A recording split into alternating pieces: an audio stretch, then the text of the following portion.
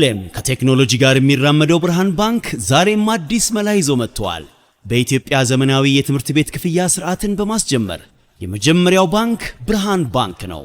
ከአንድ ሺህ በላይ የኢትዮጵያን ትምህርት ቤቶችን የክፍያ ስርዓት ያቀለለውና ያዘመነው ብርሃን ስኩል ፔይ አሁን ደግሞ በአዲስ አማራጭ ከቴሌ ብር ጋር በመቀናጀት የብዙዎችን ህይወት እያቀለለ ይገኛል።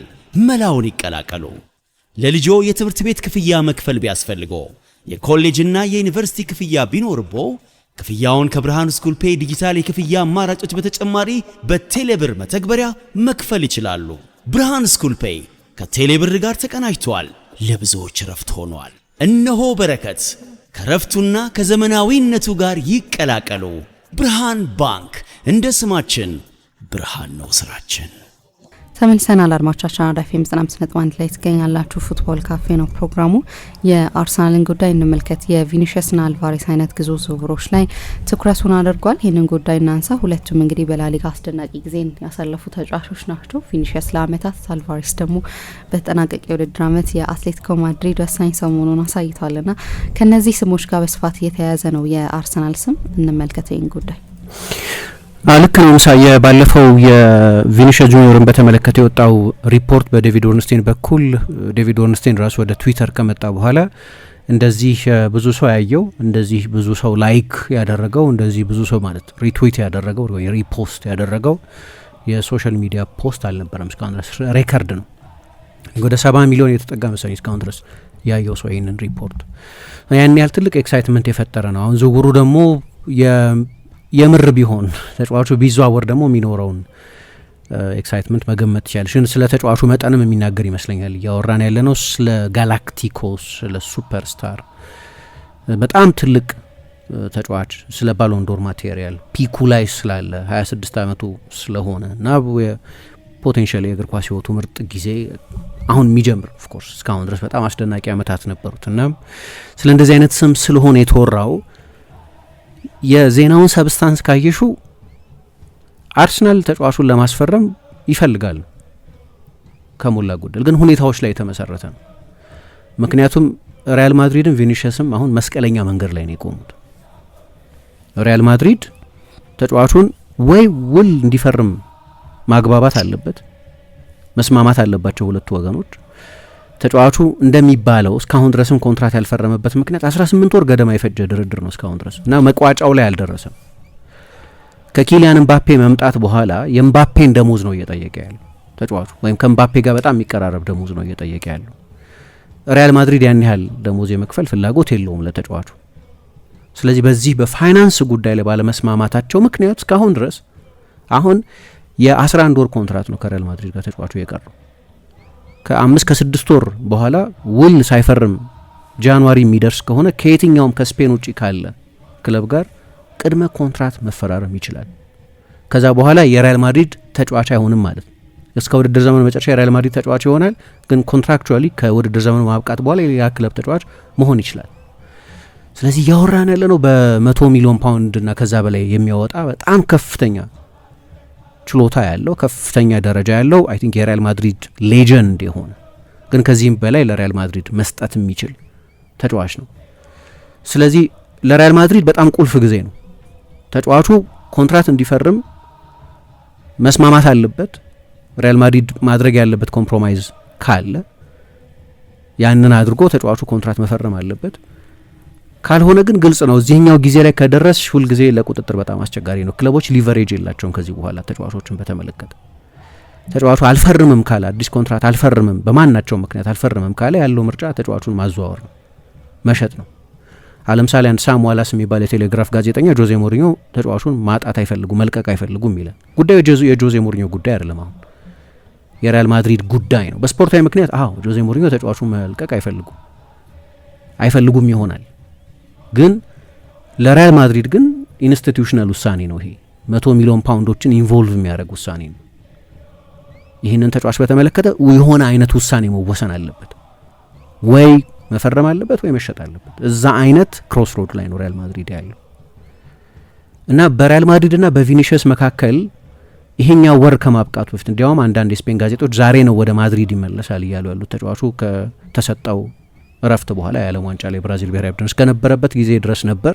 የዓለም ዋንጫ በመሳተፉ ምክንያት እንደየቡድኖቻቸው ጉዞ የሚሰጣቸው የረፍት ሁኔታ ይወሰናል እና ቪኒሽስ የረፍቱን ጊዜ ካጠናቀቀ በኋላ ዛሬ ወደ ማድሪድ ይመለሳል። የኮንትራቱን ጉዳይ በተመለከተ የመጨረሻ ውይይት ይደረጋል እና የዚህኛው ውይይት ውጤት አርሰናል አሁን ከኢንትረስት ከፍላጎት ባሻገር ተጫዋቹን ወደ ማስፈረም ሌላ እርምጃ ይንደረደራሉ የሚለውን የሚወስነው ከዛ በኋላ ያለው ነገር ነው። አሁን ግን ዴቪድ ኦርንስቴን ከአርሰናል ሶርሶች ያገኘሁት ያለው ነገር አክሮስ ዘ ሃይራርኪ አክሮስ ዘ ቦርድ ከላይ እስከታች ያሉት ዋና ዋና በዝውውር ጉዳይ ላይ መወሰን የሚችሉ ሰዎች በሙሉ ተግባብቷል። ቪኒሽስን ለማስፈረም ሁኔታው የሚፈቅድ ከሆነ እንገባበታለን ብለው ወስነዋል። ይሄ በአርሰናል በኩል ያለ አቋም ነው፣ ግን የአንድ ወገን አቋም በሌላ ሁኔታ ላይ የሚመሰረት ነው። ሪያል ማድሪድ እና ቪኒሽስ ኮንትራቱን ማራዘምን በተመለከተ መግባባት ላይ የሚደርሱ ከሆነ አለቀ ጉዳዩ፣ ተጫዋቹ አይዘዋውርም ማለት ነው። ሁለቱ ፓርቲዎች ማይግባቡ ከሆነ ግን ቅድም ባነሳሁት ምክንያት ሪያል ማድሪድ አሁን መስቀለኛ መንገድ ላይ ነው ያለው። የግድ እንዲህ አይነት ውሳኔ መወሰን አለበት። ቪኒሽስ መጠበቅ ይችላል። አንድ አመት ለቪኒሽስ የሚያመጣው የተለየ ጉዳት የለም። አንድ አመት ጠብቆ እንዲያውም ከከፍተኛ የፊርማ ክፍያ ጋር ወደ ሌላ ክለብ መዘዋወር ይችላል። የበለጠ ፋይናንሻዊ ጥቅም የሚያገኝበት ልክ ምባፔ እንዳደረገው ማለት ከፓሪስ ሳን ዠርመን ጋር ያለው ኮንትራት አበቃ። አንዳንድ ዘገባዎች እስከ 100 ሚሊዮን ተከፍሎታል በሪያል ማድሪድ ይላሉ። የመጀመሪያ የሳይኒንግ ኦን ፊ የሚባለውን ብቻ ማለት። ስለዚህ አንድ አመት ቢቆይ የአንድ አመት አስቸጋሪ ሊሆን ይችላል። ከሪያል ማድሪድ ደጋፊዎች ጋር ያለው የተቀዛቀዘ ግንኙነት የበለጠ ሊበላሽ ይችላል። ምክንያቱም ታማኝነት እያሳየ አይደለም ለሪያል ማድሪድ ተብሎ ሊተረጎም ስለሚችል አዲስ ኮንትራት ባለመስማማቱ ጉዳዩ ገንዘብ ብቻ ነው ሊያስብልበት ይችላል። ከእያንዳንዱ የሪያል ማድሪድ መጥፎ ፐርፎርማንስ ጀርባ ሰበብ ሆኖ ሊቀርብ ይችላል። ያንን የተወሳሰበ ሊሆን የሚችል ግንኙነት መታገስ ከጃለ ድረስ እና ምናልባት በኮንትራት አቋሙ ምክንያት ምናልባት ተጠባባቂ ወንበር ላይ መቀመጥን የመሰለ ስፖርታዊ ውሳኔ ሊወሰንበት የብቃት ሳይሆን ኮንትራክቹዋል በሆነ ምክንያት ይህንን መቋቋም እስከቻለ ድረስ ለተጫዋቹ አንድ ተጨማሪ አመት መቆየት ለሪያል ማድሪድ የሚያመጣውን ያህል ጉዳት ለቪኒሽስ አያመጣም። አንድ ተጨማሪ አመት ቆይቶ ወደ ፈለገው ክለብ በከፍተኛ የፊርማ ክፍያና በከፍተኛ ደሞዝ መዘዋወር ይችላል። ምክንያቱም ያ ሊወስደው የተዘጋጀው ክለብ ለሪያል ማድሪድ የሚከፍለው ደሞዝ ስለማይኖር፣ ይህንን የዝውውር ገንዘብ ስለማይኖር፣ ይህንን ደግሞ ቪኒሽስ ስለሚያውቅ ከፍተኛ ደሞዝ ይጠይቃል ወይም ከፍተኛ የፊርማ ክፍያ ይጠይቃል ማለት ነው። ስታዩ እዚህ ሁኔታ ላይ ነው ያለው። አሁን ያለው ስታሲስ እሱ ነው። አሁን ያለው ሁኔታ እሱ ነው። ከዛ በኋላ የዜናው በቃ የሚለው ሪያል አርሰናል ኮስተር ያለ ፍላጎት አለው። ሩመር አይደለም ነው፣ ዝም ብሎ ተባራሪ ወሬ አይደለም። የአርሰናል ሰዎች ይሄ ክፍተት የሚፈጠር ከሆነ ለመግባት ዝግጁ ናቸው። ሁኔታ ውስጥ ነው። ግን ትልቅ ተጫዋች ነው እና ደግሞ አይ ቲንክ የዘጋቢው ማንነትም ከዚህ በፊት ያለው ትራክ ሬከርድም አንዳንድ ጊዜ በተዛባም ሁኔታ የተጋነነ ኤክሳይትመንት እንዲፈጠርም ጭምር ሳያደርግ አልቀርም። ልክ እንዳለቀ ዝውውር ልክ መምጣቱ እንደማይቀር አይነት ሆኖ እንዲቀርብ አድርጎታል። እርሊ ነው በጣም። ግን የሚዘዋወር ከሆነ ግን በእኔ ግምት ብቻ ሳይሆን ሌላም ሰው የሚስማማበት ይመስለኛል አርሰናል በታሪኩ እንደው ቢያንስ እኛ ማየት ከጀመርበት ጊዜ ጀምሮ የአርሰናል ትልቁ ዝውውር ነው የሚሆነው። በአርሰናል የፕሪሚየር ሊግ ታሪክ ቢያንስ ምናልባት በክለቡ ታሪክም ግን ምክንያቱም ልክ ሲመጣ አሁን ባለበት ደረጃ ላይ ሆኖ የመጣ ተጫዋች ማስታወስ አልችልም። ጥሩ ዝውውሮች ፈጽሞ ያውቃል። ግን አሁን ቪኒሽስ ባለበት ደረጃ ላይ ቻምፒየንስ ሊጎች የሚወስን ተጫዋች ሆኖ ከዓለም ምርጥ ተጫዋቾች መካከል አንደኛው ሆኖ የሆነ ጊዜ ባሎንዶር ይገባው ነበር። የባሎንዶር ሽልማት ከመሰጠቱ በፊት እኔም በተጠይቄ ለምሳሌ ባሎንዶር ከሱ ውጭ የሚሆን አልመሰለኝም ነበር። ከሱም ያመልጥ አልመሰለኝም ነበር። እንዲህ አይነት እርግጠኝነት ግን በእኔ ባንቺ ብቻ አልነበር፣ በብዙ ሰው ግምት ዘንድ ነበር። እያወራን ያለን ስለ እንደዚህ አይነት መጠን ተጫዋች ነው። በጣም ከፍ ያለ የጥራት ደረጃ። አሁን አንድ ሰዎች ዴኒስ ቤርካም ሲፈርም ይላሉ። ግን ዴኒስ ቤርካም በጣም ትልቅ ተጫዋች ነበር። ግን ከኢንተር ሲመጣ ከአስቸጋሪ 2 የሴሪያ ሲዝኖች በኋላ ነው ወደ አርሰናል የመጣው እንጂ አሁን ልክ ቪኒሽስ ባለበት ፒክ ላይ ሆኖ አይደለም ወደ አርሰናል የመጣው። ሌላ አይነት ዳይሜንሽን ላይ ነው የነበረው። ትልቅ ተጫዋች ነው። ሆላንድ ውስጥ ትልቅ ተጫዋች ነበር። የሆላንድ ብሔራዊ ቡድን ተጫዋች ነበር። ሜሱት ኦዚል ሲመጣ ትልቅ ተጫዋች ነበር። ከሪያል ማድሪድ ነው የመጣው። ግን ሜሱት ኦዚል የጋሬት ቤል ዝውውር ኮላተራል ዳሜጅ ነው። የጋሬት ቤል ወደ ሪያል ማድሪድ የዓለም ውድ ተጫዋች ሆኖ መጓዝ ቦታውን ሊያሳጣው እንደሚችል ይሰጋ የነበረ ተጫዋች፣ የመፈለግ ስሜት በበቂ ሁኔታ ያልተሰማው ተጫዋች ስለነበር ነው ወደ አርሰናል የመጣው። የሪያል ማድሪድ የአይን ብሌን ተደርጎ የሚታይ ተጫዋች አልነበር። ጠቃሚ ተጫዋች ነበር። ለምሳሌ ክርስቲያኖ ሮናልዶ በጣም ቅር ተሰኝቶ ነበር። በ3 ዓመት 153 ጨዋታ የተጫወተ ነው። በከፍተኛ የአሲስት ቮሊዩም ነበረው። ድንቅ ተጫዋች ነበር ለሪያል ማድሪድም ቢሆን። ግን በጊዜው ሪያል ማድሪድ አልደራደርበትም የሚልበት አይነት ተጫዋች ግን አልነበር። ለዛም ነው ለአርሰናል የሸጡት። የቤል ዝውውር እንዲወጣ ያስገደደው ተጫዋች ሆኖ ነው የመጣው። ያኔ የፈጠረው ኤክሳይትመንት በጣም ከፍተኛ፣ ምክንያቱም ለአርሰናል ሲምቦሊክ ነበር፣ የሽግግር ጊዜ ነበር። 2013 ላይ አርሰናል ሻጭ መሆኑ አብቅቶ ገዢ መሆን የጀመረበት ጊዜ ነው። ዋና ዋና ዝውውሮች ላይ የሚሳተፍ ክለብ መሆን የጀመረበት ጊዜ ነው። ስለዚህ ተጫዋቹም ትልቅ ስም ያለው ተጫዋች ነው። አርሰናል ለረጅም ጊዜ ተከታትሎታል። እንዲያውም 2010 ላይ ከቬርደር ብሬመን ወደ ሪያል ማድሪድ ሲጓዝ ራሱ በሌሎች ቃለ ምልልሶች ላይ እንደተናገረው የማድሪድ ጥያቄ ሆኖብኝ ነው፣ ግን ሌላ ጊዜ ከሪያል ማድሪድ መውጣበት ወደ ሌላ ክለብ መዘዋወርበት አጋጣሚ የሚፈጠር ከሆነ አይ ፕሮሚስ ብሎ ቃል ገብቶላቸው ነበር። በዛ በመጀመሪያው ለአርሰናል በፈረመበት ፕሬስ ኮንፈረንስ ላይ ተናግሮ ነበር። አሌክሲስ ሳንቼዝ በአመቱ በ2014 ደግሞ የመጣ ተጫዋች። አሌክሲስ ሳንቼዝም ትልቅ ተጫዋች ነበር፣ ከባርሰሎና ነው የመጣው። ግን አሌክሲስ ሳንቼዝም ቢሆን የሉዊስ ሱዋሬስ ከሊቨርፑል ወደ ባርሰሎና መጓዝ ቦታውን እንደሚያሳጣው የፈራ ተጫዋች ነው ነበር። ጥሩ ተጫዋች ነበር፣ አዎ፣ ግን ኢንዲስፔንሰብል ግን አልነበር። ቪኒሺየስ ግን ሌላ ደረጃ ላይ ያለ ተጫዋች፣ ከነዚህም ከፍ ባለ ሁኔታ ውስጥ ላይ ሆኖ ነው የሚመጣው። የዓለም ዋንጫ አሸናፊዎች አስፈርመው ያውቃሉ፣ ግን ቲየሪ ኦንሪ ከዩቬንቱስ ቤንች ነው የመጣው። ዩቬ ተጫዋቹን ማውሪሲዮ አሞሩሶ የሚባልን ተጫዋች ለማውጣት ይፈልግ ስለነበር ብራዚላዊን ተጫዋች አሞሩሶን ራሱ በቅርብ ጊዜ በነበረው የኦቨርላፕ ቃለ ምልልስ ላይ እንደተናገረው ከአንድ ጨዋታ በኋላ አንቼሎቲና ሉቺያኖ ሞጂ ወደ አንድ ክፍል ወሰዱኝና ወደ ኡዲኔዜ በውሰት ልልክህ ነው፣ ምክንያቱም አሞሩሶን እንፈልገዋለን፣ ዴል ፔሮን በውሰት ሰጡታላችሁ አልኳቸዋል። ከዛ በኋላ ነው ለመልቀቅ የወሰነ። ግማሽ ሲዝን የተጫወተው 3 ጎል ብቻ ነው ያስቆጠረው። ስለዚህ የዓለም ሻምፒዮን ነበር፣ አዎ፣ ቻምፒየንስ ሊግ ሴሚፋይናሊስት ነበር፣ አዎ፣ የሊግ ሻምፒዮን ነበር፣ አዎ። ግን በጭራሽ በቪኒሺየስ ደረጃ ላይ አልነበረም በፈረመበት ጊዜ። ለአርሰናል እየተጫወተ ከዓለም አስደናቂ ተጫዋቾች፣ ምርጥ ተጫዋቾች መካከል አንደኛው ሆኗል። ግን በጊዜው ግን ከዩቬንቱስ ቤንች ነው የመጣው። ወይም ከቱሪን ወደ ፓሪስ በሚወስደው አውሮፕላን ውስጥ ቬንገርን ወደ አርሰናል ውሰደኝ ብሎ መጠየቅ የነበረበት ተጫዋች ነው የነበረው።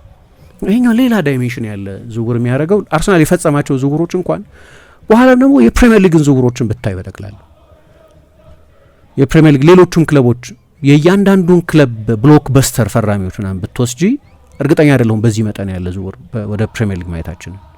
በላሊጋ በሪያል ማድሪድ ወይ በባርሰሎና እየተጫወተ ያለ በዛ አይነት ደረጃ ላይ ያለ ተጫዋች ወደ አንድ ትልቅ የእንግሊዝ ክለብ መጥቶ ማወቁ ለማስታወስ እየሞከርኩ ነበር፣ ብዙ አልመጣልኝ። ለምሳሌ ያስፈረሟቸው ተጫዋቾች አሉ ከነዚህ ክለቦች፣ አዎ፣ ግን አሁን ቪኒሺየስ ባለበት ዳይሜንሽን ላይ ያሉ መሆናቸውን አላውቅም፣ አይመስለኝም።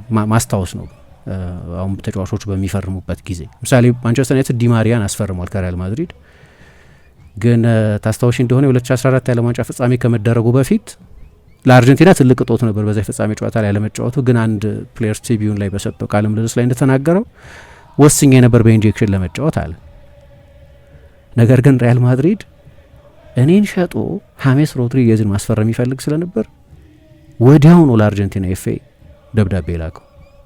ሜዲካሊ ኢሪስፖንስብል ነው ወይም ኃላፊነት የጎደለውን ተጫዋቹ ማጫወት። ስለዚህ የእኛን ተጫዋች የሆነውን አሁን ቢጫወት ለረጅም ጊዜ ከሜዳ ይርቃል፣ ስለዚህ ተጫዋቹ መሸጥ አንችልም አሁን እንዳይጫወት፣ ጉዳቱ በከፍተኛ ኢንጀክሽን ካልሆነ በስተቀር የሚያጫወት አይደለም። እኔ ዝግጁ ነበር ኳለ ለመጫወት ስጡኝ ኢንጀክሽን ብዬ ነበር። ከዛ መጡና አሌሃንድሮ ሳቤ ያነበቡልኛል። ሪያል ማድሪድ ፖዚሽን ምድር ነበር፣ በጣም ትልቅ ተጫዋች ነበር። አይ ቲንክ ለእኔ የ2014 የቻምፒየንስ ሊግ ፋይናሊስት ምርጡ ተጫዋች ነበር በሪያል ማድሪድ በኩል። እነዛ የዚግዛግ ሩጫዎቹ አስደናቂ ነበሩ ምናምን። ግን ሪያል ማድሪድ ተጫዋቹን ለመሸጥ ፈቃደኛ ነበር። ትልቅ ዝውውር ነበር፣ የእንግሊዝን የዝውውር ሬከርድ አሻሽሎ ነው የመጣው።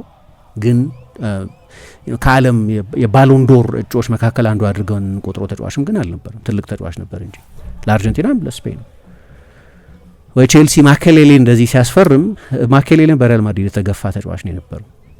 አይኔ እንደ መጠን በጣም ትልቅ ዝውውር ነው የሚሆነው ከሆነ ግን ኢፍ ቢግ ኢፍ አለ። በሌሎች ሁኔታዎች ላይ ተመሰረተ ነው። ከዛ በኋላ እኮ ደግሞ ገና ድርድሩ አልተጀመረም፣ ዜሮ ነው። ሪያል ማድሪድ ምን ይጠይቃል ከዚህ ተጫዋች ዝውውር? አሁን አንዳንድ ሪፖርቶች የሚሉት ሪያል ማድሪድ አሁን ባለው ሁኔታ ከአውሮፓ ክለቦች አርሰናል ብቻ ነው ሊወስደው የሚችለው የሚል እምነት አለው። ምክንያቱም አርሰናል ነው አንደኛ በአንገብጋቢ የክንፍ ተጫዋች የሚፈልገው። ፔዤ ተብሎ ተጠቅሶ ያውቃል፣ ግን ክቫራትስኬሊያ እዛ ቦታ ላይ አላቸው። ዱዌ እዛ ቦታ ላይ መጫወት ይችላል። የባርኮላ ጉዳይ ባርኮላ መልቀቁ አይቀርም እየተባለ ነው፣ ምክንያቱም አዲስ ኮንትራት አይፈርምም። ከቪኒሽስ የ2 ዓመት ኮንትራት ስለሚቀረው እንደ ቪኒሽስ አይነት ኤክስትሪም ሁኔታ ውስጥ አይደለም ያሉት። ግን ፔዤም በማክሲመም ገንዘብ በፕሪሚየም ዋጋ ለመሸጥ አሁን ለባርኮላን ትክክለኛው ጊዜ አሁን ያለው ሁኔታ ነው። ከዛ ሌላም ክለብ ለማሰብ ያስቸግራል ሊቨርፑልን ካላልን በስተቀር ሌላ የክንፍ ተጫዋች የሚፈልግ ክለብ የባርኮላ ስም ከሊቨርፑልም ጋር ሲነሳ እንደዚሁ ነበር። ማንቸስተር ዩናይትድም የግራ ክንፍ ተጫዋች ቢያስፈርም የሚፈልግ ይመስለኛል። አይ ቲንክ አጫወቱም የግራ ክንፍ ተጫዋች የሚፈልግ ይመስለኛል። ግን ዩናይትድ አሁን በጀት ዋይዝ ጥንቃቄ እያደረገ ያለበት የዝውውር ጊዜ ላይ የበለጠ ፕራዮሪቲ የሚሰጠው ሪቢልድ አለበት። አማካይ ክፍሉን እንደ አዲስ ለመስራት እየሞከረ ያለ ነው። ሌሎች ዲፓርትመንቶችም ላይ በእኔ ግምት ተጨማሪ ዝውውሮች መፈጸም አለበት። ቪኒሽስን የምታስፈርሚ ከሆነ ይከፈሏል በሚባለው በጣም ከፍተኛ ደሞዝና በሚጠየቅበት ከፍተኛ የዝውውር ሂሳብ ምክንያት ዩናይትድ ደግሞ እንዲህ አይነት ኤክስፔንሲቭ ሚስቴክ መስራት አይችልም። አሁን ሚስቴክ ይሆናል እያልኩ አይደለም፣ ግን ካልሰራ በቃ ለአመታት ወደ ኋላ ሊያሽመደምድ የሚችል ዝውውር ዩናይትድ እንዲህ አይነት ዝውውሮች ላይ መሳተፍ ብዙ ፍላጎት የለም። አሁን ብዙ ክለቦች ከ100 ሚሊዮን ፓውንድ በላይ ገንዘብ ለመክፈል ምንም ችግር የለባቸውም እንደምናየው። ዩናይትድ እንደዚህ አይነት ሁኔታ ውስጥ አይደለም አሁን ያለው። ማንቸስተር ሲቲ አላቅም ዶኩ እዛ ቦታ ላይ ስላላቸው ተመሳሳይ ባህሪ ያላቸው ተጫዋቾች በመሆናቸው ምክንያት ማንቸስተር ሲቲ ወደዚህ ዝውውር አይገባም። ባየር ሚኒክ ሉዊስ ዲያዝ አለ እዛ ቦታ ላይ የሚጫወት እና በጣም ድንቅ ሲዝን ያሳለፈ ተጫዋች እና ክለቦች አውሮፓ ውስጥ ነው ያሉትን ሌሎችን ክለቦች ስታይ በስኳዳቸው ሁኔታም ወይ በስብስባቸው ሁኔታም ምናልባት አንዳንዶቹ በፋይናንስ አንዳንዶቹ ባሏቸው አማራጮች ምክንያት ወደ ዝውውር ላይ ገቡ ይችላሉ። ለሪያል ማድሪድም አርሰናል ነው ኦፕሽኑ በአውሮፓ የሚቆይ ከሆነ ተጫዋቹ ያው እንደምታውቂው የሳውዲ ክለቦች በጣም ከፍተኛ ደሞዝ አርሰናል ሊያቀርበው ከሚችለው ደሞዝ 3-4 እጥፍ ከፍለው የመውሰድ አቅም ያላቸው ሪያል ማድሪድ የሚጠይቀውን ገንዘብ ለመክፈል የሚያስችል ውሳኔም አቅምም ያላቸው የሳውዲ ክለቦች ናቸው። ተጫዋቹ ምናልባት በዚህኛው እድሜው ወደ ሳውዲ መሄድ ላይፈልግ ስለሚችል እንጂ ከፈረመ ግን ምንም ጥያቄ የለውም ትልቅ ዝውውር ነው እና ደግሞ ቅድም ሳ እንዳነሳሽው አርሰናል የመጣበትንም ርቀት ይነግርሻል። ይሄ የዛሬ 6 ዓመት የዛሬ 7 ዓመት አርሰናል በነበረበት ሁኔታ ሊታሰብ የሚችል አይደለም። ከእንደዚህ አይነት ዝውውሮች ጋር ስሙ መያያዙ ብቻውን ማለት ነው እንደዚህ ሲሪየስ በሆነው ሁኔታ ስሙ መያያዙ ሊታሰብ የሚችል አልነበረም። በእንደ ቪኒሽስ አይነት ተጫዋቾችም ኮንሲደር የሚደረግ ክለብ አልነበረም ያኔ በነበረበት ሁኔታ። ባለፉት ዓመታት አሁን የፕሪሚየር ሊግ ሻምፒዮን ስለሆነ ብቻ አይደለም በተከታታይ ዓመታት እያሳየ የነበረው እድገት ነበር። ከአውሮፓ ሲሪየስ ቡድኖች መካከል አንደኛው ነበር እና የሚታሰብ አልነበረም ለአርሰናል ከቪኒሽስ አይነት ትልልቅ ተጫዋቾች ጋር በጣም ትልልቅ ተጫዋቾች ጋር ስሙ ሊነሳ የሚችል አልነበረም። አሁን የሚነግርሽ ባለፉት ዓመታት በአርሰናል በጠቅላላው በክለቡ በኩል የተወሰዱት ትልልቅ ውሳኔዎች በአሰልጣኙ የማሰልጠን ክህሎት ቡድኑ ባደገበት ሁኔታ በምልመላው በሁለንተና የእድገቱ አርሰናል ብዙ ርቀት መምጣቱን የሚያሳይ ነው። ከእንደ ቪኒሽስ አይነት ተጫዋች ጋር ሊጠየቅ የሚችለው ደሞዝ በጣም ከፍተኛ ነው። ተጫዋቹ ከሪያል ማድሪድ ጋር ሪያል ማድሪድ ስንት ነው 20 ሚሊዮን ምናምን ኔት አቀርቦለታል ነው እየተባለ ያለው ማለት ወደ 400 ምናምን ሺህ ፓውንድ አቀርቦለታል ነው እየተባለ ያለው። አርሰናል ከዛ በላይ ከፍላለሁ እያለ ነው 460 ሺህ 480 ሺህ 500 ሺህ ፓውንድ በሳምንት ኔት አፍተር ታክስ ለመክፈል እንችላለን የሚል ሁኔታ ላይ ያለ ነው። በስፖርታዊ እድገቱም ከቻምፒየንስ ሊግ ብዙ ርቀት ከሚሄዱ ቡድኖች መካከል አንደኛው ሆኗል። በ3 ተከታታይ ሲዝኖች ኳርተር ፋይናል፣ ሴሚ ፋይናል፣ ፋይናል ደርሷል። ፋይናሉን በመለያ ምት ነው የተሸነፈው። ላለፉት 4 ተከታታይ ሲዝኖች የፕሪሚየር ሊግ ቶፕ 2 ቡድን ነው የነበረው። አንደኛው አንደኛ ሆኗል ዘንድሮ። በተቀሩት ዓመታት በአብዛኞቹ ሲዝኖች ፋይት አድርጎ በመጨረሻዎቹ ሳምንታት በተወሰኑ ሁኔታዎች ጭምር የፕሪሚየር ሊግ የዋንጫ ተፎካካሪ የምር የዋንጫ ተፎካካሪ የሆነ በዚሁ የስራ ድርሻው ሚኬል አርቴታ ባለፉት ዓመታት ባሳየው እድገት ከአውሮፓ ትልልቅ አሰልጣኞች መካከል ምርጥ አሰልጣኞች መካከል ተጫዋቾች ሊጫወቱለት የሚፈልጉት አይነት አሰልጣኝ ደረጃው በጣም ከፍ ያለ አሰልጣኝ ወደ መሆን ተሸጋግሯል። ስለዚህ አርሰናል አትራክት ያደርጋል ተጫዋቾችን አሁን ባለበት ሁኔታ። ግን አርሰናልም ይችላል እንዲህ አይነት ተጫዋቾችን ለማስፈረም የሚያስችል ስፖርታዊ መስህብም አለው በውጤቱ ምክንያት በቡድኑ እድገት ምክንያት። ስለዚህ ለአርሰናል ያው ከሪያል ማድሪድ ወደ ሌላ ክለብ መሄድ ሁልጊዜ ዳውንግሬድ ነው። ሪያል ማድሪድ ፒናክል ስለሆነ ትልቁ ክለብ ስለሆነ ግን ወደ ሌላ በጣም ኮምፒቲቲቭ ወደ ሆነ ክለብ ነው የምትሄጂው እና አርሰናል በዛ ሁኔታ ውስጥ ያለ ክለብ ነው። ፋይናንሱም አላቸው። እንደምታውቂው የፕሪሚየር ሊግ ሻምፒዮን ከሆኑ በኋላ በቲቪ ራይት ብቻ 220 ሚሊዮን ፓውንድ አግኝተዋል።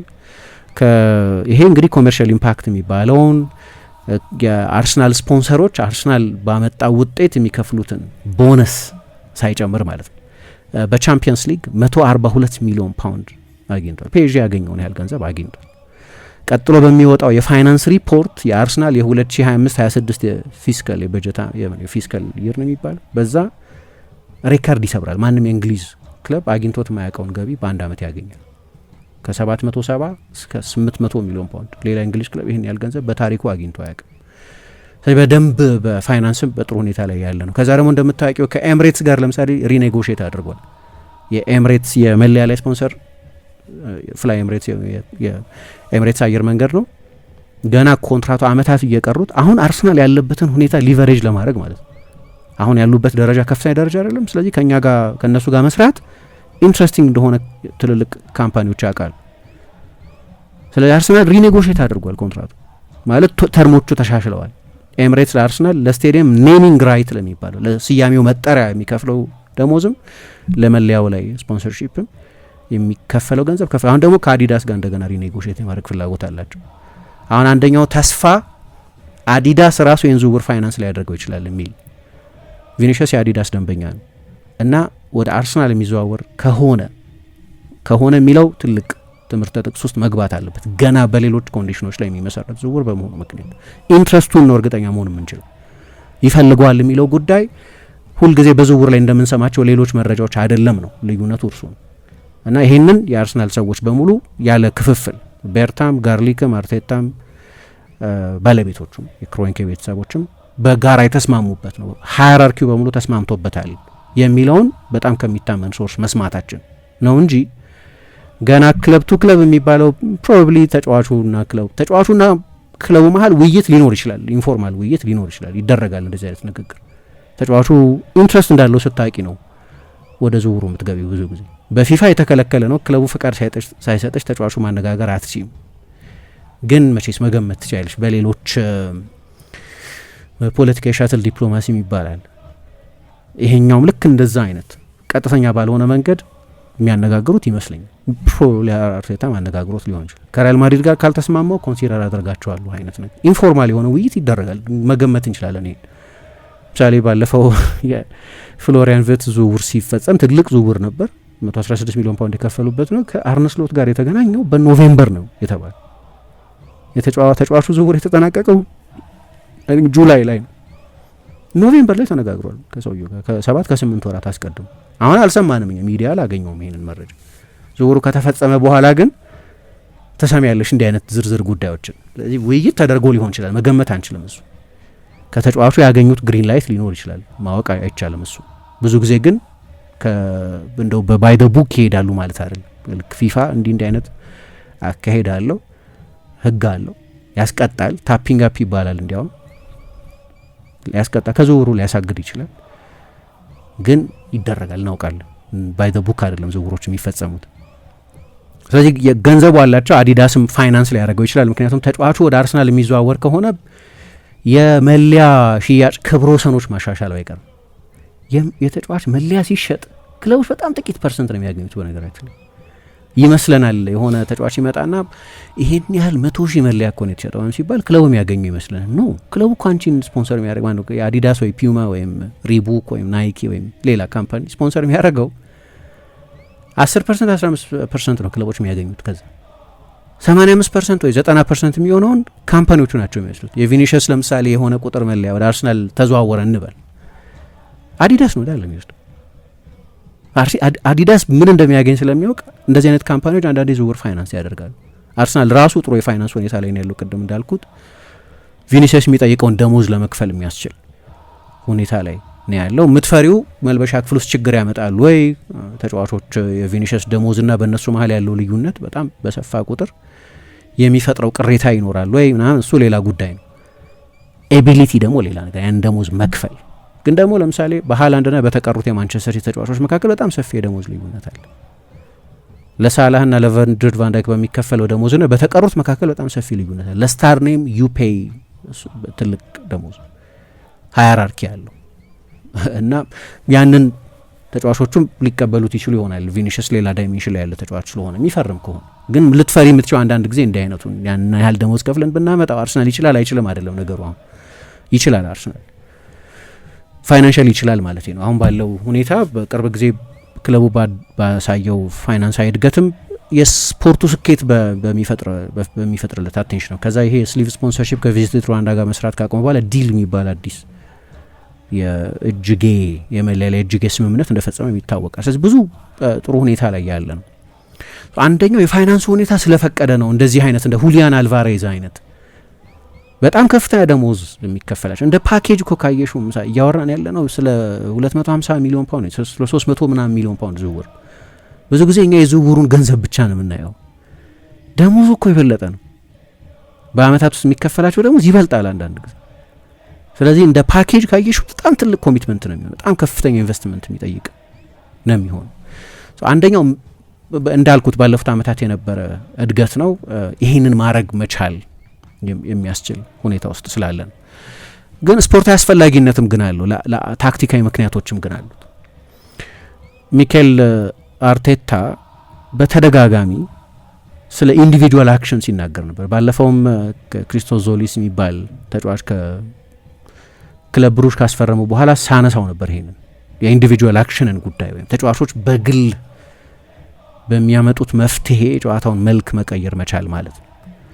እና ይሄንን በተመለከተ በተደጋጋሚ በዚህ ውድድር ዘመን የእሱ እንዲያውም ምንድነው ተወዳጅ ሀረግ የሚመርጠው ሀረግ መምሰል ጀምሯል። ኢንዲቪጁዋል አክሽን ስለ ተጫዋቾች የግል ተሰጥኦ ነው እያወራ ያለው ማለት ነው። የተጋጣሚ ቡድን የመከላከል ስትራክቸር በግል ክህሎታቸው ማዛነፍ ስለሚችሉ ተጫዋቾች ነው እያወራ ያለው ማለት ነው። ይሄንን የተናገረው ስለ ፓሪስ ሳን ጀርማ ተጫዋቾች ነበር። ግን ደግሞ ምን አለ ከዛ የባየር ሚኒክና የፓሪስ ሳን ጀርማ ጨዋታ በኋላ ስለ ፊትነስም ተናግሯል፣ ስለ ፍሬሽነስም ተናግሯል ምናምን። ግን በሁለቱ ቡድኖች መካከል የማሰልጠን ሎጂክ ያዛባ የግል ተጫዋቾች አስደናቂ ብቃት የታየበት ነው አለ። ሁላችንም ያየ ነው አይነት የግለሰቦች ብቃት የነበረበት ጨዋታ። እንዲህ አይነት ልዩነት መፍጠር የሚችሉ ተጫዋቾች ወደ እንደዛ አርሰናልን ወደ ቀጣዩ ዳይሜንሽን የሚወስድ ደረጃ ወደ ሪያል ማድሪድ፣ ፓሪስ ሳን ጀርማ፣ ባየር ሚኒክ፣ ባርሰሎና፣ ማንቸስተር ሲቲ አይነት ከማንቸስተር ሲቲ ባለፉት 2 ሲዝኖች የበለጠ ቢሆንም ግን ላለፉት 15 ዓመታት የእንግሊዝ እግር ኳስ ሪፈረንስ የነበረ ነው። ከኋላ ችግር የለም። በአርሰናል በኩል ምናልባት በአውሮፓ እግር ኳስ ተወዳዳሪ የለውም በመከላከሉ ጥብቅነት። የአርሰናል የፕሪሚየር ሊግም የሊግም የቻምፒየንስ ሊግም የመከላከል ግርድፍ ቁጥሮችም ግን ደግሞ የሚተነተኑትም ቁጥሮች የሚያሳዩን ቶፕ ክላስ የመከላከል ቡድን መሆኑን የሚያሳይ ነው። እሱን በተመለከተ ብዙ ጥያቄ የለም። ምናልባት ዴብዙን ማጠናከር ያስፈልግሻል። አሁን ሳሊባ ለወራት ከሜዳ ይርቃል። ስለዚህ እሱን የሚተካ ተጫዋች ማስፈረም ያስፈልግሽ፣ ጥገናዊ ዝውውሮች ማድረግ ያስፈልግ ይሆናል። አዘ ዲፓርትመንት ግን ከኋላ ያለው ብቻ ሳይሆን የቡድኑ የመከላከል የወል ጠባይ ማለት ነው እንከን የሚወጣለት አይደለም። መቼስ ሁልጊዜም ለመሻሻል የሚሆን ክፍት እድል አለ፣ በፍጽምና የለም። ስለዚህ ማሻሻል ሊያስፈልገው ይችል ይሆናል፣ ግን በጣም የሚያስጨንቅ ግን አይደለም የአርሰናል የመከላከል ሁኔታ። ግን ኢንዲቪጁዋል ታለንት የሚለውን ግን የግለሰብ የማጥቃት ወይም የፒራሚዱ ጫፍ ላይ ወደፊት ስትሄጂ በማጥቃቱ በኩል ግን አርሰናል እዛ ቦታ ላይ ማሻሻል ይፈልጋል። ለዛ ነው ትልልቅ ስሞችን እየፈለገ ያለው። አሁን የፕሪሚየር ሊግን ሻምፒዮን የሆነ ቡድን እንዴት ነው የምታሻሽው ነው ጥያቄ። የፕሪሚየር ሊግ ሻምፒዮን ነው። ባለፉት ዓመታትም ሲሪየስ የዋንጫ ተፎካካሪ ነበር፣ ሲሪየስ የቻምፒየንስ ሊግ ቡድን ነበር። እንዲህ አይነቱን ቡድን 11ዱን እንዴት ነው የምታሻሽው ከሆነ በእንደዚህ አይነት ስሞች ነው የምታሻሽው። አንደኛው መንገድ እሱ ነው። 11ዱን ልታሻሽ የምትችው በጣም ከፍ ያለ ጥራት ያላቸው ተጫዋቾችን በማምጣት ነው። ቪኒሽስ ያለ ምንም 1 እና 2 ሚኬል አርቴታ ያለውን ኢንዲቪጁዋል አክሽን የሚጨምር አይነት ተጫዋች ነው። ኢንዲቪጁዋል አክሽን ኦብሰሽን አለው እዚህ ጉዳይ ላይ ሚኬል አርቴታ። ወይም ደግሞ እነዚህ ጌም ብሬኪንግ የሚባሉ በራሳቸው 3-4 ተጫዋች አልፎ ጎል በማስቆጠር ሊሆን ይችላል፣ በድሪብል ቮሊዩማቸው ሊሆን ይችላል፣ የተጋጣሚ ቡድን የመከላከል ሚዛን በማፋለሳቸው ሊሆን ይችላል፣ የተጋጣሚ ቡድን የመከላከል መዋቅር በግል ክህሎታቸው መለወጥ በመቻላቸው ምክንያት ሊሆን ይችላል። እንዲህ አይነት ተጫዋቾች ማለት ነው። የሆነ ጊዜም እኮ ያው በኋላ ወደማይነካ ተጫዋችነት ተሸጋገረ እንጂ የሙድ ተጫዋች ነው፣ ጨዋታ እየመረጠ ነው ጥሩ የሚጫወተው እየተባለም ጭምር አርሰናል ክቪቻ ክቫራትስኬሊያን ይፈልጓል ሲባል ነበር በፔጅ ኢንዲስፔንስብል ማይመስልበት ጊዜ ላይ። አሁን ልትወስዱ አትችይም። እንዲያውም አይዲያል የሆነው የሚኬል አርቴታ ተጫዋች እሱ ይመስለኛል ለኔ የቱዌ ተጫዋች ስለሆነ ቪኒሽስን በመከላከል በጣም እጠራጠረዋለሁ። ክቫራትስኬሊያን ግን ምንም ጥያቄ የለኝም በመከላከል የዶግ የሚሉት የዶግ ፋይት ውስጥ የሚገባ አይነት ተጫዋች ጠንካራ ሰራተኛ ነው። ምንም ጥያቄ የለውም። ራሱን ብዙ ጊዜ ተናግሮታል። ኤንሪኬ የጨመረልኝ መከላከል ነው ብሏል ብዙ ጊዜ። አሁን ያ የባየር ሚኒክ የመልስ ጨዋታ ላይ በሚኒክ የተደረገው ጨዋታ ላይ የመከላከል ሺፍቱ ነው በጣም አስደናቂ ነበር። ለመጀመሪያው ጎል መቆጠር ትልቅ ልዩነት ለብቻኛው ጎል መቆጠር በቃ አይዲያል የሆነው የአርቴታ ተጫዋች የሚመስለኝ እሱ ያ ማጂክ አለው ኢንዲቪጁዋል አክሽን የሚለው እሱ ግን ደግሞ በመከላከልም ጊዜ ተመሳሳይ ትጋት የሚጫወት ተጫዋች ነው።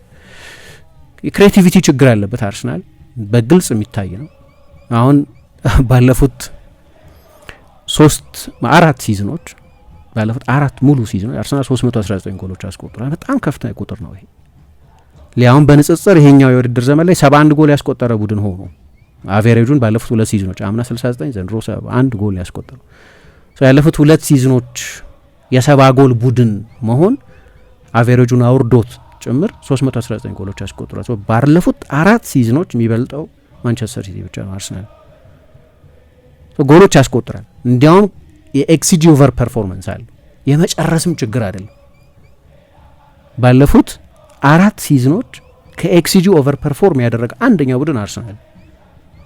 ተጫዋቾቹ ከሚጠበቅባቸው አንድ በአማካይ ሁኔታ ላይ ካለ ጨራሽ የበለጠ ጎሎች ያስቆጥራሉ ማለት ነው። ፊኒሽንጋቸው ጥሩ ነው።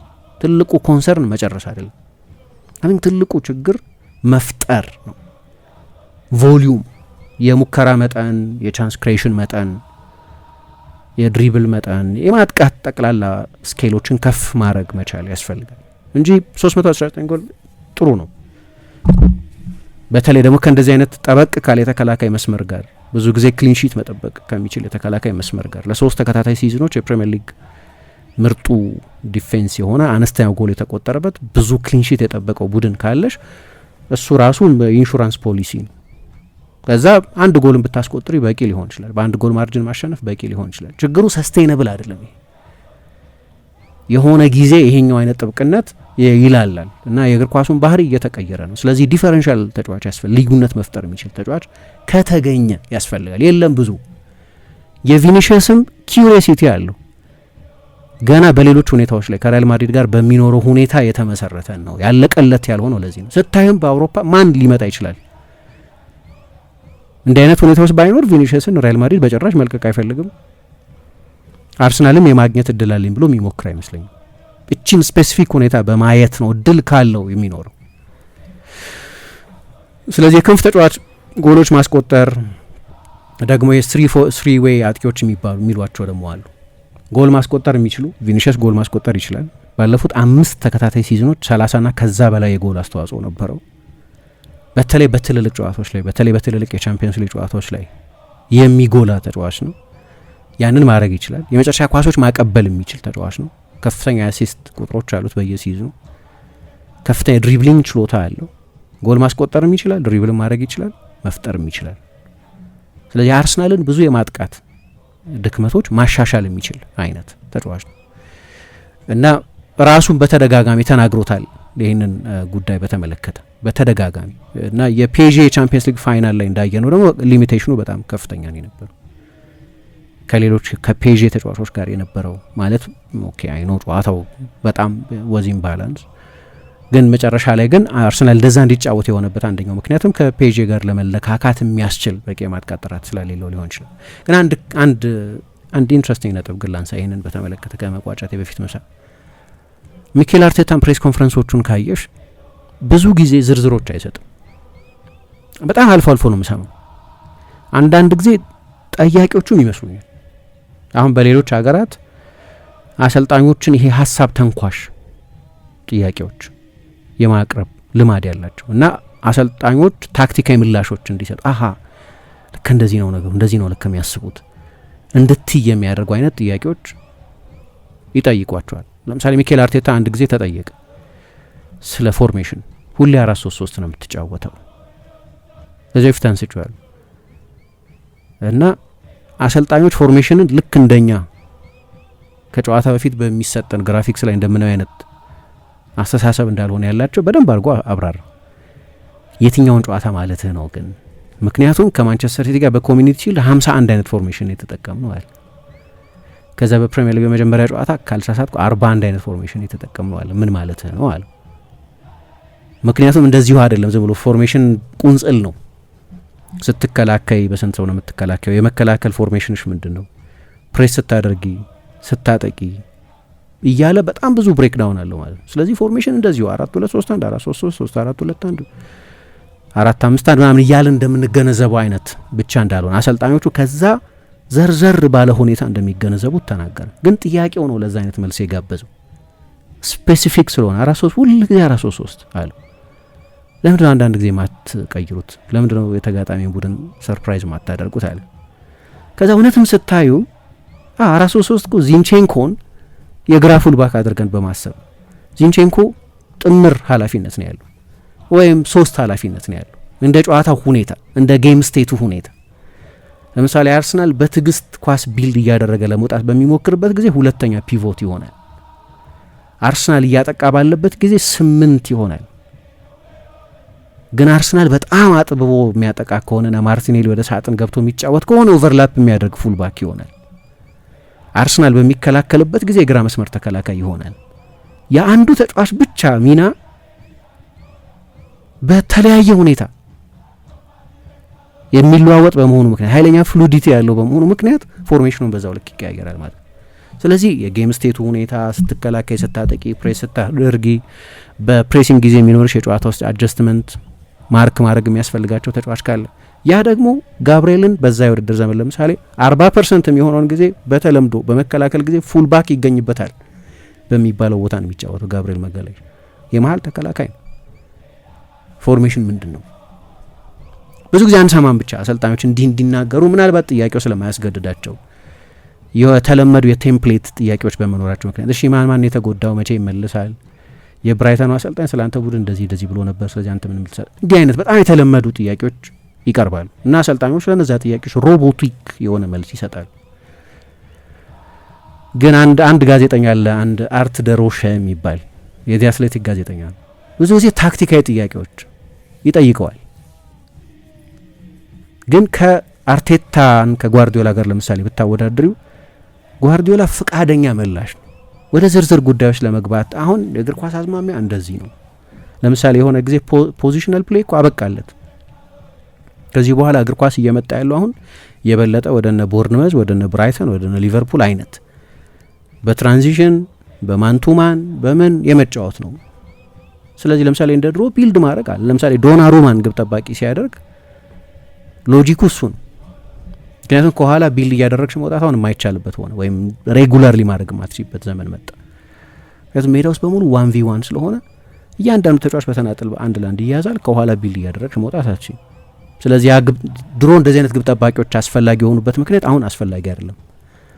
ስለዚህ የበለጠ ሾት ስቶፒንግ፣ የበለጠ ሳጥን አጫወት እየሆነ ስለሆነ የበለጠ ሙከራ በማዳን የላቀ ግብ ጠባቂ ነው የሚያስፈልገን አለ። አሁን ታክቲካል ይህንን አብራርቶታል በደንብ። ለምን ከኤደርሰን ወደ ዶናሩማ እንደመጣ በጣም ትልቅ ሺፍት ስለሆነ በጓርዲዮላ አሰልጣኝነት አስቤ ያላቅም የዶናሩማ አይነት ግብ ጠባቂ ለጓርዲዮላ ቡድን ይጫወታል ብዬ። ኤንሪኬ በዛች ስፔሲፊክ ምክንያት ነው ተጫዋቹን ያስወጣው። የደሞዝ የምን ጉዳይ አንድ ምክንያት ብቻ ላይሆን ይችላል፣ ግን ሻቫሊዬ ይሻለኛል ብሎ ነው ያመጣው። በእንግሊዝ ግን ሌላ አይነት ትሬንድ ነው ያለው። ይህንን ለምሳሌ ያብራራል አርቴታ ብዙ ጊዜ ያብራራል። ታክቲካል ኦብሰሽን ያለበት ሰው ነው ይታወቃል። ይሄ እንዲያውም የአርሰናል ሰዎች ከሲቲ ምክትል አሰልጣኝነት ወደ ዋና አሰልጣኝነት ሊቀጥሩት ወደ ማንቸስተር ከተማ አፓርትመንቱ ሲገቡ በቤቱ ተገርመው ነበር። እንዳለ ግድግዳው በታክቲካል ዲያግራምስ የተሞላ ነበር። ያ አይነት ተጠናውቶ ያለበት መገንዘብ ትችያለሽ ለዲቴይል በሚሰጠው ከፍተኛ ትኩረት ምክንያት እያንዳንዱን ቫሪያብል ኮንትሮል ማድረግ የሚፈልግ ግን አናየውን ፕሬስ ኮንፈረንስ ላይ ያንን ሲያብራራ ብዙ ጊዜ አንሰማው። ግን አንድ ጊዜ ጠየቀው አርተር ሮሸ ከብራይተን ጨዋታ በፊት የቆመ ኳስ ቡድን ናችሁ እናንተ አሉ። ማርች ላይ ከብራይተን ጨዋታ በፊት የተሰጠ አስተያየት እና እዛ ላይ ሲመልስ የመለሳቸው ነገሮች ነበሩ ለምን እንደዛ እንዳለ። ምክንያቱም እንደዚህ ያልነበራችሁም የእናንተ የ2022-23 ቡድን ፍሪ ፍሎዊንግ የማጥቃት ቡድን ነው የነበረው፣ እንደዚህ ያልነበራችሁም አሉ። እሱ ይቅር የ2024-25 የውድድር ዘመን ላይ በሁለተኛው የውድድር ዘመን አጋማሽ 89 ነጥብም 91 ጎልም የነበረው ቡድን በሁለተኛው የሲዝኑ አጋማሽ ብቻ የ103 ነጥብ ሲዝን ነው እያሳለፈ የነበረው። የ100 ጎል ሲዝን ነው እያሳለፈ የነበረው። ከዚህ እንዴት ወደዚህኛው መጣችሁ የቆመ ኳስ ቡድንነት ወደ መሆን? በምርጫ ከእንደዚህ አይነት ፉትቦል ወደ እንደዚህ አይነት ፉትቦል አትመጣም ማለት መርጠህ በቃ ያኛው። ምክንያቱም እየሰራ የነበረ ነው። 89 ነጥብ አግኝተንበታል፣ 91 ነጥብ አግኝተንበት በሁለት ተከታታይ ሲዝን ሁሉም ፉል ፓኬ ዋንጫ ማሸነፍ አልነበረም፣ ግን ሁሉም ነገር ነበረው። ከዛ ወደን ወደዚያ አንመጣ። የእግር ኳስ ኤቮሉሽን ያስገድዳል። አንዳንድ ጊዜ አዳፕት ማድረግ ኮንስተንትሊ አዳፕት ማድረግ ነበረብን። ያ ማለት አንድ አይነት አይደለም። የበለጠ ፈጠን ያለ ማንቸስተር ሲቲ የሚጫወት አይነት ፉትቦል ለመጫወት ይሞክር የነበረ ቡድን ኤንድ መስራት አቁሞ ነበር ከሆነ ጊዜ በኋላ። የእግር ኳስ ኤቮሉሽን ራሱ በፊት ምን አለ በቃ የኔን ፉልባክ ወደ ውስጥ ማስገባት ይበቃ ነበራል፣ ኢንቨርት ማድረግ ይበቃ ነበር። ምክንያቱም 2-1 ፈጥራለሁ መሀል ላይ አለ፣ 4-3 ፈጥራለሁ አለ፣ ከኳስ ጋር ጊዜ ያለኝ ማለት ነው አለ፣ 78% ኳስ መቆጣጠር እችላለሁ ማለት ነው አለ። አሁን ግን ቀረሱ። ምክንያቱም ዳይሬክት ፕሌይ በዛ፣ ማንቱማን በዛ፣ ሰው በሰው ነው ጨዋታው በሙሉ። ስለዚህ ከኳስ ጋር ጊዜ የለሽም ማለት ነው። የጨዋታው ህግ ተቀይሯል። ሁሉም ነገር ማንቱማን ሆኗል። በሌላ ህግ እንደመጫወት ማለት ነው። ከምታስቡት በላይ ባለፉት 2-3 ዓመታት እግር ኳስ ኢቮልቭ አድርጓል። አዳፕት ማድረግ ነበረብናል። ዝም ብዬ ፉል ባኬን ብቻ ወደ ውስጥ በማስገባት ጨዋታውን ከፍተዋለሁ ማለት አልችልም አሁን እና ቡድኖች እየቻሉ አይደለም። አርሰናል ብቻ አይደለም። በፊት እንጨርሳቸዋለን ኢንቨርት በማድረግ ብቻ ኤክስትራ ማን መሀል ላይ ብቻ በማግኘት እንጨርሳቸው ነበር። አንድ ተጨማሪ ትርፍ ሰው ብቻ በማግኘት ፉል ባኬን ወደ መሀል ብቻ በማስገባት ግን እግር ኳስ እየተቀየረ መጣ። አንዱን ሰው ተክ በማድረግ ወደ መሀል በማስገባት እና የ3-2 የ4-3 የ2-1 ሱፔሪዮሪቲ መሀል ላይ በመፍጠር ማለት ቀረ። ምክንያቱም ያንን ሱፔሪዮሪቲ በስትራክቸር የሚከላከሉ ቡድኖችን ለማሸነፍ በዞን የሚከላከሉ ቡድኖችን ለማሸነፍ ነበር የምትጠቀም። አሁን ቀረሱና ማንቱማን ሆነ ሜዳው በሙሉ። ስለዚህ ጎል ማስቆጠር እንደ ድሮ ቀላል አይደለም ማለት ነው። ታያለች በቁጥሮች ላይ ለምሳሌ በ2022-23 የውድድር ዘመን አርሰናል 59.4% ፖሴሽን በአቨሬጅ ነበር በ38ቱ ጨዋታዎች። ከዛ ቁጥሮቹ እየወረዱ ሄዱ። የወረዱት ግን የአርሰናል ብቻ ነው። የፕሪሚየር ሊግ ዋና የፖሴሽን ቡድን የሲቲም የፖሴሽን ቁጥሮች ናቸው እየወረዱ ያሉ። ፖዚሽናል መሆኑ የፖሴሽን መሆኑ ሁለቱም እየቀሩ ሄዱ። ፕሬስ ማድረግም አስቸጋሪ ነው፣ ግን በተለይ ማጥቃት ቢልድ ማድረግ በጣም አስቸጋሪ ነው። ለምሳሌ ማንቸስተር ሲቲ በ2022-23 በዛው ተመሳሳይ የውድድር ዘመን 65% ፖሴሽን ነበሩ። በጓርዲዮላ የመጨረሻው ሲዝን በ5% ፖሴሽን ፐርሰንቴጅ ፖይንት ነው የወረዱ ወደ 60%። አርሰናል 59.4 ነበር፣ በተጠናቀቀ ወደ 56.2 ነው የወረዱ። ትሬንድ ነው ማለት ነው። ሁሉም ቡድኖች ላይ የሚስተዋል ትሬንድ ነው ማለት ነው። እንደ ድሮ ጨዋታዎችን ኮንትሮል ማድረግ አይቻልም ማለት ነው። እንደ ድሮ ከኳስ ጋር ጊዜ የለሽም ማለት ነው። ለኤሊት ቡድኖችም ጭምር በጣም አስቸጋሪ። ይህንን ራሱ በአንደበቱ ነው የተናገረው። ስለዚህ እንደ ድሮ ቀላል እየሆነ አይደለም። ማርጂናል ጌን ላይ ማተኮር አለብን። ሴት ፒስ የሚሰጠን እሱ ነው። እንደ ድሮ ማድረግ አንችልም። እንደዛ ሲሆን ምን ያስፈልጋል? ኢንዲቪጁዋሊ ጨዋታ መወሰን የሚችሉ ተጫዋቾች ያስፈልጋል። 1v1 ሆኗልና ማን ቱ ማን ሆኗልና የተናጥል ፍልሚያቸውን የሚያሸንፉ ተጫዋቾች ያስፈልጋሉ። ቪኒሺየስ በዚህ በጣም የተዋጣለት ጥሩ ድሪብለር ነው፣ ሃይ ቮሊዩም ድሪብለር ነው እና የሚደንቀው መደጋገም ይችላል። 5 ሊበላሽ ይችላል የሞከራቸው ነገሮች፣ ግን ፐርሲስተንት ነው፣ ይደጋግመዋል። ኢንዲቪጁዋሊስቶችን እየፈለገ በግል የላቁ ተጫዋቾች እየፈለገ ያለው አንደኛው በዛ ምክንያት ሊሆን ይችላል። ግን ከሆርሄ ቫልዳኖ ጋር አንድ ሌላ ቃል ምልስ ደግሞ ነበር ይሄኛው አመት ከገባ በኋላ እና ዲቴይሎች የበለጠ ወሳኝ መሆን ጀምረዋል።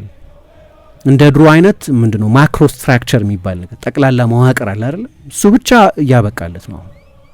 እንዲያውም እሱ ማተር ያደርጋል ኖ ሎንገር ማተር ሳይ አሁን እየሆነ ያለው በአንድ ተጫዋች ላይ የጨዋታውን ሁኔታ የሚወስን ጌም ዲፋይኒንግ አክሽን የሚሉት እነሱ እንዲህ ማድረግ የሚችል ልዩነት መፍጠር የሚችል ተጫዋችን የሚፈልግበት ዘመን ላይ ደርሷል ፉትቦል ብሎታል ሆሬ ቫልዳኖ እንዲህ አይነት ነገር ተናግሯል። እና አሁን ሁሉም ነገር ፍሉድ መሆን አለበት፣ ኬኦስ መፈጠር አለበት አለ። ኬኦስ ጀነሬት ማድረግ የሚችል ወይም ምንድነው ግርግር እንላለን ብዙ ጊዜ ትክክለኛውን አሉታዊ ሳይመስል ይህንን ቃል ማብራራት የምንችልበት ጥሩ ቃል መኖሩን አላውቅም፣ ግን ኬኦስ መፍጠር የሚችል ተጫዋች ግን ያስፈልጋል እና ቪኒሺየስ ኢዝ አባውት ኬኦስ። ትርምስ ነው የፈጥረው ቪኒሺየስ ባጫወቱ በሁሉም ነገር ኮንሰርኖች አሉ፣ ግን በቃ ይሄንን አይነት አሁን ለምሳሌ ክቫራትስኬሊያ የቻምፒየንስ ሊግ ፋይናል ላይ ጥሩ ተጫውቷል። ሌላ ጊዜ ከሚያደርገው አንጻር ጥሩ አልተጫወተም አይደል? ግን አንድ በጣም የብልጠት ነገር አደረገና ጥፋት ተሰራበት። ሙስኬራ ፔጂ ወደ ጨዋታው ተመለሰ። አርሰናል 1-0 ይመራ ነበር እስከዛ ጊዜ ድረስ።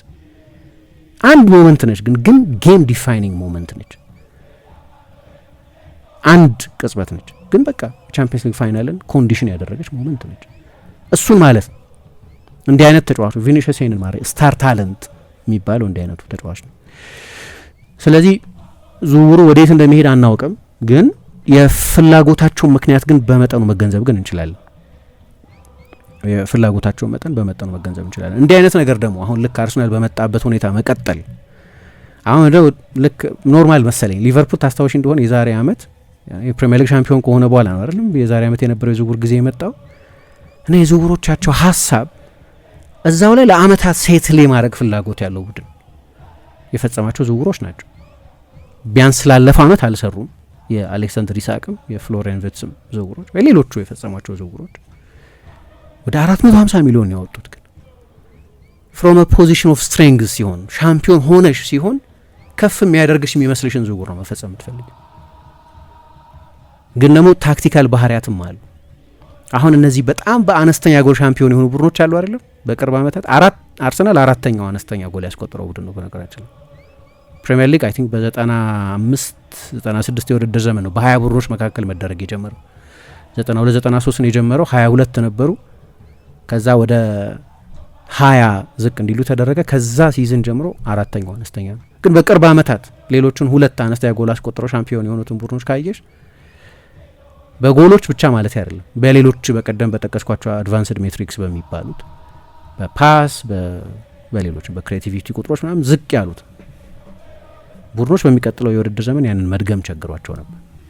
ሌስተር 12ኛ ነው የሆነው። የሌስተር ብዙ ምክንያቶች አሉት። ሌስተር እዛው ላይ ሜንቴን እንደማያደርግ ይታወቅ ነበር። ትልቅ ሰርፕራይዝ ነው።